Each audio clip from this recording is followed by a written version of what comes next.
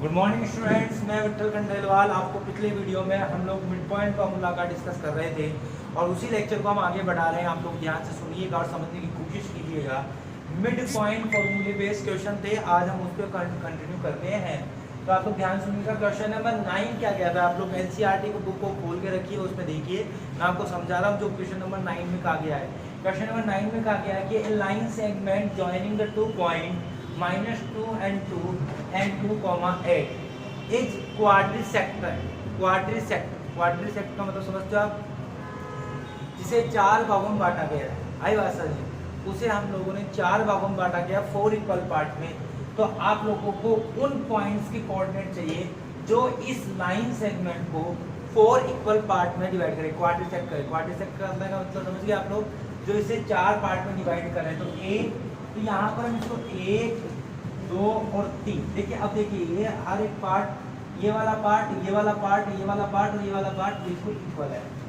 अब आपको इनके कोऑर्डिनेट निकालने हैं। इनके कोऑर्डिनेट कैसे निकाले, ये एक सोचने वाली बात है। तो मैं आप लोगों को इसका नाम देता हूँ बी सी डी। अब चाहे तो आप लोग इसे सेक्शन फॉर्मूला से भी कर सकते हैं और चाहे तो आप लोग इसे मिड पॉइंट फॉर्मूला से भी कर सकते हैं। सर कैसे? सबसे पहले आप सी पे फोकस करें। आप जरा देखिएगा, हम एक तरीके से मान के चले ये 1 यूनिट है, तो बेटा ये भी कितना होगा 1 यूनिट, ये भी कितना 1 यूनिट और ये भी कितना 1 यूनिट। अगर हम मान के चले तो सर इसे 2 यूनिट माने तो ये भी 2 यूनिट होगा, ये भी 2 यूनिट होगा, ये भी 2 यूनिट होगा। आई बात सर क्लियर? कोई दिक्कत?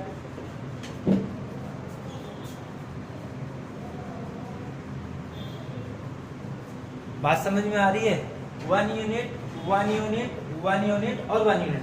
तो अब जरा देखिए, आज अगर मैं सी की तरफ देखूं तो सी का रेशियो क्या होगा? सी की बात करें तो सी का रेशियो क्या होगा? उस तरफ भी 2 यूनिट और इस तरफ भी 2 यूनिट। बात समझ में आ रही है? सी का रेशियो उस तरफ भी 2 यूनिट और इस तरफ भी 2 यूनिट, और 2 और 2 को अगर हम काट दें तो 1 और 1 रेशियो 1 ही आएगा बच्चों।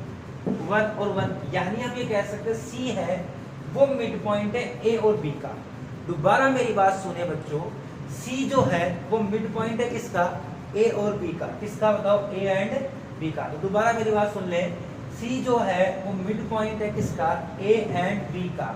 और यहाँ पर आप लोग देख रहे हैं 1:1 आया है। मिड पॉइंट तब होता है जब रेशियो उस पॉइंट का 1:1 आ रहा हो। इस तरीके से हम लिख सकते हैं C is the mid point of A and B.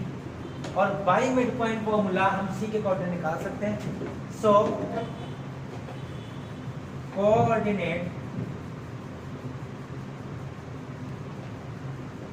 Of C by mid point formula. So coordinate of C by mid point formula कैसे निकाला जाएगा बच्चों? तो आप लोग देखने की कोशिश करें, समझने की कोशिश। दोबारा मेरी बात लिख रहा हूँ, C is the mid point of A and B। C is the mid point of A and B। तो हम मिड पॉइंट फॉर्मूला से C के कोऑर्डिनेट निकाल सकते हैं। आपको पता होना चाहिए।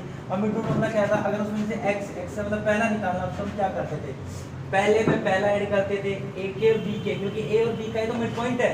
तो A और B की तो बात करेंगे, तो A का पहला और B का पहला ऐड करो, -2 + 2 और अपॉन में 2। याद है आपको? दोबारा मिड पॉइंट फॉर्मूला क्या था? जिन 2 पॉइंट का मिड पॉइंट है, जिन 2 पॉइंट का मिड पॉइंट है उनके कोऑर्डिनेट उठाने हैं। उनके क्या उठाने हैं बच्चों? Coordinate. First x1 + x2 upon 2। याद आ रहा है कुछ? तो इस तरीके से हम देखेंगे -2 + 2 2 0 हो जाएगा। 0 अपॉन 2 क्या आएगा बच्चों? 0। यह x के आंसर आ चुके हैं। ऐसे यहाँ पे y अगर कोई पूछे इसका x और y में, तो आप क्या करेंगे? पहले में पहला 2 प्लस दूसरा कितना 8, y1 upon y2, y1 plus y2, तो 2 + 8 अपॉन 2 यानी कितना आ गया बच्चों? 5। समझ पा रहे हैं? 8 + 2 10 अपॉन 2 कितना होगा? 5 हो जाएगा। इस तरीके से आप लोग सी के कोऑर्डिनेट निकाल चुके हैं। क्या बात समझ में आ रही है? अच्छी तरीके से दोबारा मेरी बात सुन लें। C is the mid point of A and B. तो क्या मिड पॉइंट फॉर्मूले से हम लोग इनके कोऑर्डिनेट निकाल सकते हैं? आराम से निकाल सकते हैं। इसी तरीके से आगे बढ़ते हैं।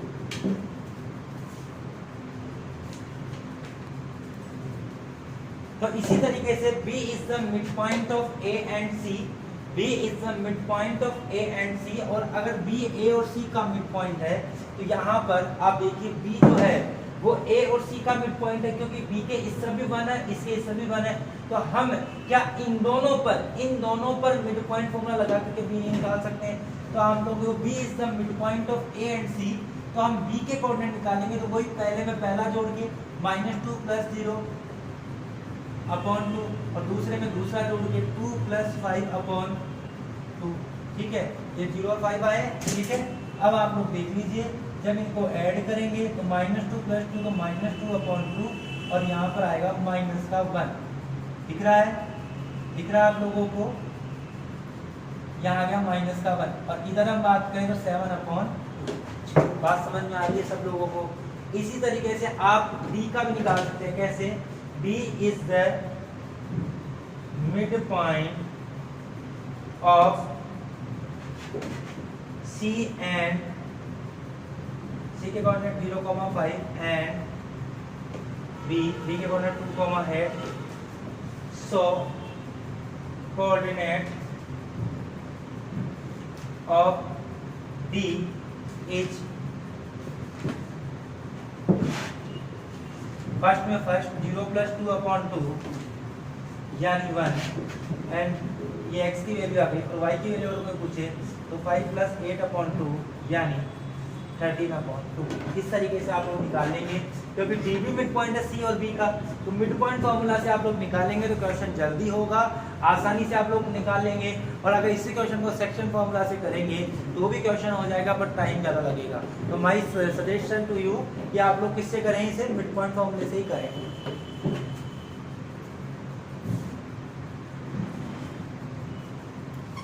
हाँ जी स्टूडेंट, देखिए क्वेश्चन नंबर 4 क्या कहता है। क्वेश्चन नंबर 4 कहता है, अगर एक लाइन सेगमेंट है,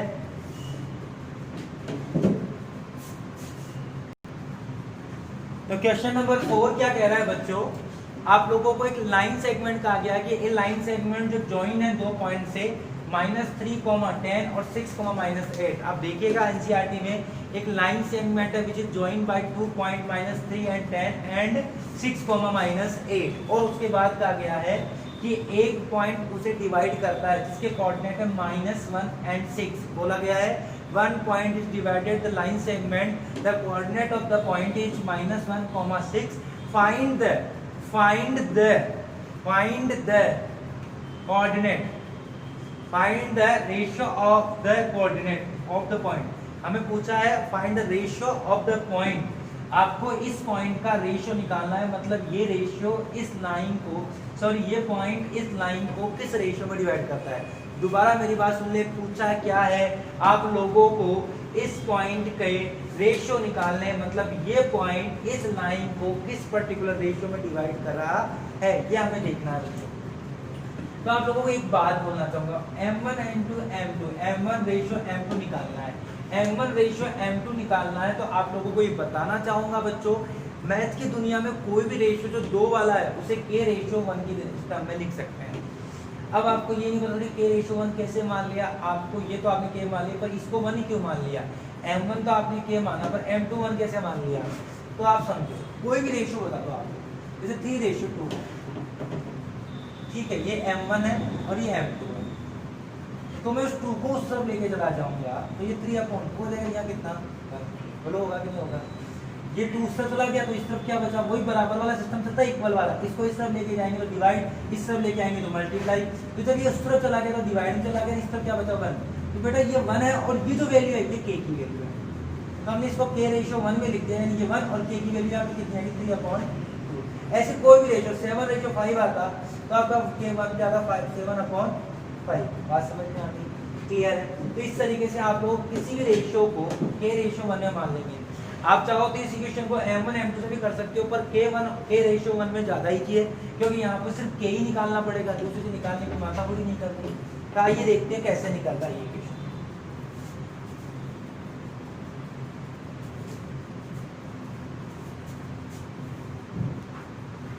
आइए स्टूडेंट, बिल्कुल इजी क्वेश्चन है। क्या करना है, m1 रेशियो m2 रखना है, k/1।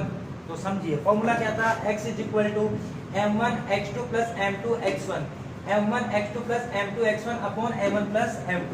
तो यहाँ पर m1 m2 की वैल्यू क्या है, k1 k रेशियो 1 और k1।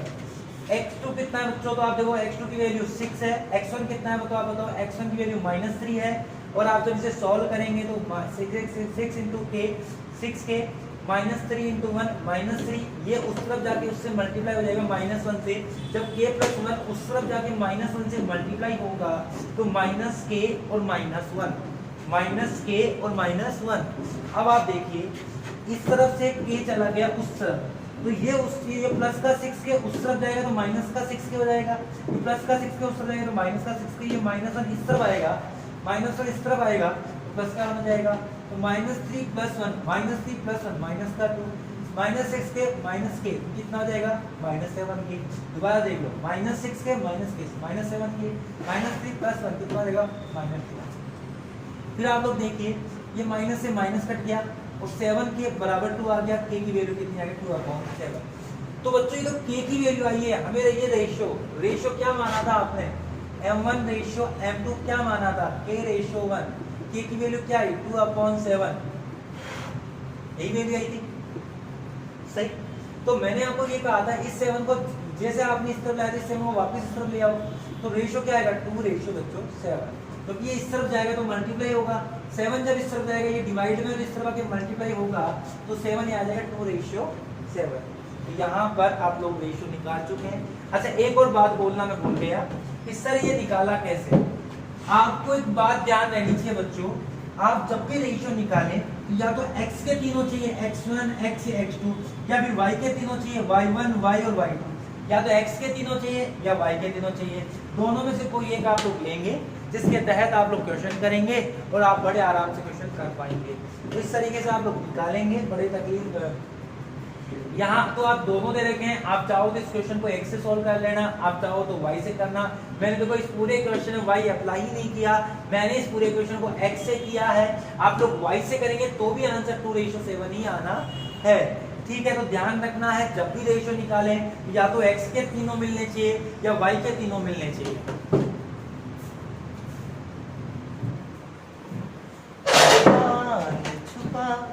बादल में शर्मा के मेरी जान, ध्यान दे लो बोर्ड के ऊपर, तो ध्यान सुनिएगा। Value of y on x आप लोगों को ये समझाऊंगा इसलिए क्योंकि इस क्वेश्चन में इसकी जरूरत पड़ेगी। Value of y on x axis पे y की वैल्यू 0 होगी, ऐसे y एक्सिस पे x की वैल्यू क्या होगी 0। देखो कैसे, ये कोई मान लो लाइन काट रही है और इस जगह अगर आपको पूछेगी इस जगह आप बताओ y की वैल्यू क्या है, तो y की वैल्यू ऊपर जाने से तो पॉजिटिव आती है, नीचे आने से नेगेटिव आती है। इस जगह ना तो ये पॉजिटिव हो सकती है ना ये नेगेटिव हो सकती है, यानी कितनी होगी 0 होगी। ऐसे अगर यहाँ कोई x की वैल्यू पूछे तो x की वैल्यू इस तरफ आने से नेगेटिव होती है, इस तरफ आने से पॉजिटिव होती है। इस जगह ना तो ये नेगेटिव हो सकती है ना पॉजिटिव हो सकती है, यानी क्या होगी 0 होगी। तो ये बात आपको समझनी थी। अब मैं इसका क्यों समझा रहा हूँ, तो क्वेश्चन नंबर जो 5 है वो इसी बात पर बेस कर रहा हूँ। क्वेश्चन नंबर 5 क्या कह रहा है कि एक लाइन है जो A और B, लाइन सेगमेंट A और B है, एक लाइन सेगमेंट है A और B, आप देखिएगा एनसीईआरटी में, तो line segment A and B, the coordinate of A is 1, -5 and coordinate of B is -4, 5।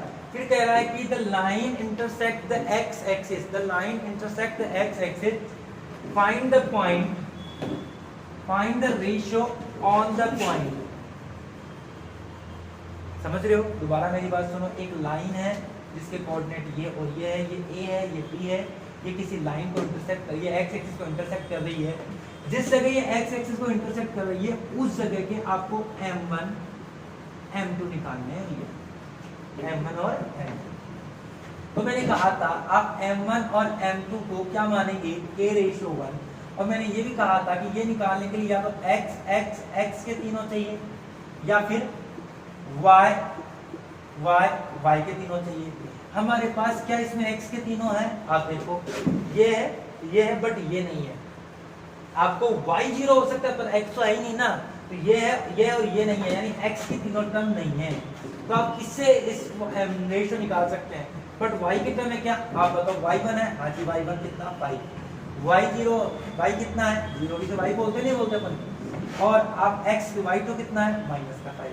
तो यानी y के तीनों दे रखे हैं, तो आप लोग y से ये रेशियो निकाल सकते हैं। मैंने आपको बताया था अगर आपको रेशियो निकालना है तो x के तीनों कोऑर्डिनेट चाहिए या फिर y के तीनों चाहिए। इस क्वेश्चन को देखा तो इस क्वेश्चन में x के कोऑर्डिनेट थे ही नहीं, तो फिर हमने देखा कि इस क्वेश्चन में y के तीनों हैं, तो ये क्वेश्चन किससे हो सकता है y से।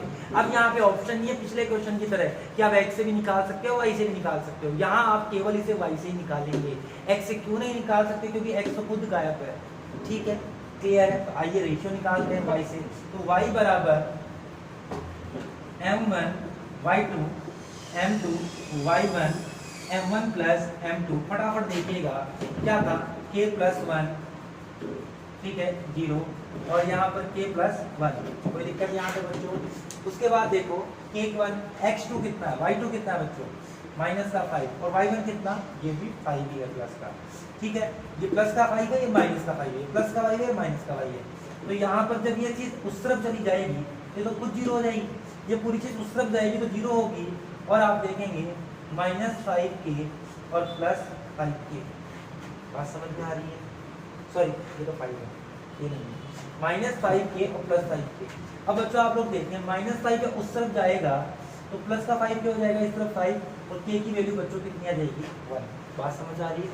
दोबारा मेरी बात सुन लें, आप लोग देखेंगे इसको इससे मल्टीप्लाई किया, ये 0 हो गया, माइनस का 5k प्लस का 5, माइनस का 5k उधर जाएगा उस तरफ जाएगा तो प्लस का 5k हो जाएगा। देन 5k इक्वल टू 5, 5 से 5 कैंसिल आउट हो गया तो k बराबर कितना बच्चों 1, यानी m1 m2 कितना आएगा 1:1, क्योंकि k की वैल्यू 1 ही है, 1:1। ये आपका पहले क्वेश्चन का आंसर हो चुका है। जैसा कि उसने कहा कि आप रेशियो निकालें, तो पहले क्वेश्चन का आंसर आपने दे दिया। अब आपको उसने पूछा है कि आप लोग x की वैल्यू निकाल सकते हो क्या, तो अब हमारे पास रेशियो है, कोऑर्डिनेट नहीं निकाल सकते। ये तो हमने टाइप 1 ही पढ़ा था कि जब रेशियो दे रखे हो x1 x2 y1 y2 दे रखे हो, x1 y1 और x2 y2 दे रखे हो, तो हम क्या कोऑर्डिनेट नहीं निकाल सकते? बिल्कुल निकाल सकते हैं। हमें x निकालना है तो x का फॉर्मूला क्या है, m1 x2 m2 x1 upon x1 x2। आप जानते हैं अच्छी तरीके से m1 m2 कितना है 1 इंटू x2 कितना है, तो आप बताओ x2 -4, यही लिया था अपन ने, इसी को लिया था भैया। ओके नहीं, ये +1 था, हालांकि यहाँ पर फर्क नहीं पड़ेगा, ये आपने इसे माना था, ये जानना इस हिसाब से चलना है क्योंकि इस हिसाब से हमने निकाला है। हालांकि यहाँ 1 और 1 है इसलिए दिक्कत नहीं, किसी को मान लो, लेकिन जब आपने इसे y1 माना तो फिर ये x1 होगा, आपने इसे y2 माना तो ये x2 होगा। तो y आपने इसे माना था तो ये तो x1 है, यानी 1 × -4, और x2 कितना है 1, और यहाँ पर x1 + x2 कितना होगा, तो आप देखोगे सॉरी m1 + m2, तो आप बोलोगे सर 2, क्योंकि 1 + 1।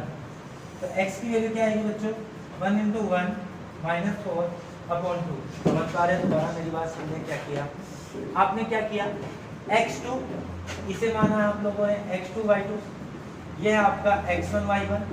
अब आप लोग देखें x1 कितना -4, x2 कितना +1, रेशियो कितना 1:1, और इसको सॉल्व किया 1 × 1 1, 1 × -4 -4, 1 + 1 2, देन फाइनली आंसर क्या आया 3 में 4 में से -3/2। चेक कर लीजिएगा भैया, चेक कर लो।